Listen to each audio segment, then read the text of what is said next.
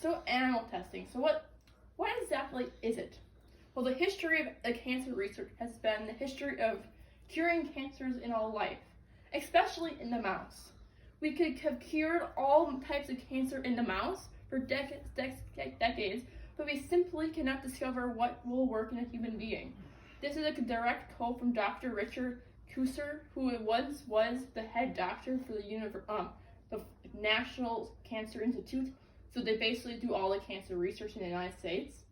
So what he was saying here, what we do for our research on lab rats or lab mice, it is not useful at all for our research to find cures for strokes, Alzheimer's, and even cancer for us humans, because mice DNA is only 50% compatible with humans. And it didn't just start now in 1950s to now, but animal testing has been occurring since 4th-3 BCE, so thousands and thousands and thousands of years ago. But why is it an issue now? Why is it people are fighting this cause now? Why is it such an ethical issue? Now we have issues of people are going a little bit too far, and now the evidence has been shown in the data that it's not helping or it's not really fixing anything, and it's making more of a mess. I have a photo here to show what can actually happen and what it looks like if the same tests are being done on a human. Because last year an artist in Germany wanted to see how it felt, so she volunteered herself to get a guinea pig, like they would do with the rabbits and the beagles, and she was a test subject. This is the same kind of testing they would do to an animal, but unlike a human, an animal can't actually vocalize the pain, but the same scientists are the ones that argue that animals cannot see or feel the same pain or can't have the same memories of that. But it's been shown and documented that elephants and dogs and cats have mourned their lost ones, same as humans, such as there's been documentaries and such of elephants staying in the same area their loved ones has died and just mourn and cry. But we do such vile things at the same time, which is bizarre to me. At the moment of today, there's over 1 million animals being tested on year-round. And just to give you a summary of just a select few of animals today we know are being tested on still. We have mice, rats, rabbits, cats, dogs, pigs, mini pigs, teacup pigs, almost any form of pigs, because their DNA for their skin is the most compatible besides monkeys and chimpanzees, which those two are also still being tested on, even though in the United States, recently, we can no longer do chimpanzees. It was outlawed in around 2017 to 18, depending on the state. But you would think monkeys and chimpanzees, we would not want to test on them because they're almost 99% to our DNA. We don't like doing that because they're very much like us. They're the only other Homo sapien besides humans. Because of that, they can actually show emotions on their face, and we can read it because they're more like us. And then we don't like that. We can feel the pain of what they're feeling. So we don't do that as much now, but these are some of the animals that people have more of a time be tested on. But another big one is beagles. They do beagles still for perfume and deodorant testing, which is, just, for me, it's really hard to see. Because what they do for perfume, like Lysol, they take the animal like this, they clamp it in so it cannot move, and they spray its eyes and visible skin on close to far range. See the damage it does over time, and they'll keep doing this for a duration of the period of the test. For today, you're not wondering, well, how many different brands and how does it affect this? Out of all the different makeup brands, we have those thousands today, tons. You see makeup everywhere, online, TV, everywhere, newspapers even. There's only 4,100 today in the database of PETA that actually does not do animal testing. And there's only one continent and one country does not allow animal testing for cosmetic usage, which is Europe and India. India because of religious beliefs, because they're Hindu. Well, Europe just recently, 2018, believed it was wrong that what they were doing for the rabbits was not okay. What they do for most of the cosmetic research for animal testing for makeup is they take white rabbits, they will shave some areas of skin to test some swatches of makeup on their skin and see if it will react. And if they break out in rashes, we'll know how it will react to us, we think. But our DNA is not at all similar, because once it gets to human trial, more than 90% will fail. Only 10% will be able to be compatible with humans.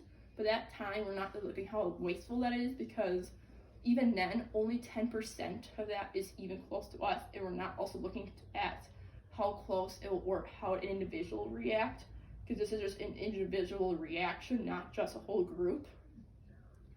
For cosmetics, because they use mainly white rabbits, they tend to mainly use their eyes for cosmetic usage.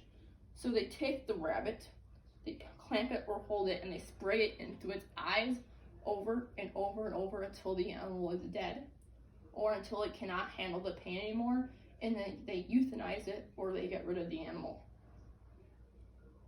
These is just a list of all the these are just all brands that still animal test today, and there's some very well-known brands such as NARS, MAC, Benefit, Rimmel, Revlon, Tom Ford, Chanel, Dior, Avion, Mary Kay. So these are just a few names I just read off quickly. Normally in a classroom, you just read off the screen real quick. And this is a bigger picture of what they would do to the rabbits for the medical purposes. This is not even just the medical, this is more for cosmetology or for clean household equipment. For this picture, I'm going to explain a little bit. So we know that cosmetic usage, we have a lot of different kinds, is mainly with the rabbits. But why is it so wasteful, and why, for the medical, it's not useful? There was a stroke medication that an arthritis medication that was discovered in 2019, and was supposed to be the best they ever had. And because of it, however, it was not useful. There was 50% who were taking it had heart attacks, and the other percentage had very severe strokes and died. And this was because 90% of the animals that had taken it were all cleared. It worked perfectly. While for humans, it has not worked, because because rabbit and mice DNA is only 50% compatible to humans, and also we're not taking into account that their animal brain structure is not close enough to humans. Even a primate, like a monkey, that's not a primate, but an ape or a monkey, their brain structures are not close enough as humans, so how they take it, stress, or the conditioning of the trials of the testing would not be the same as we would. So testing on them would not be as beneficial as taking another human who would be volunteering willingly to get the same research. Because of that, we also see the issue of why do we do it on animals? I do understand. I see why we do it, because we don't want to hurt another human being. But at the same time, I think going this far now, where we're forcing an animal to sit down and just keep spraying things in its eyes, and at the same time, I think most people have an idea we don't just spray Lysol in our eyes, and we don't need to keep doing it.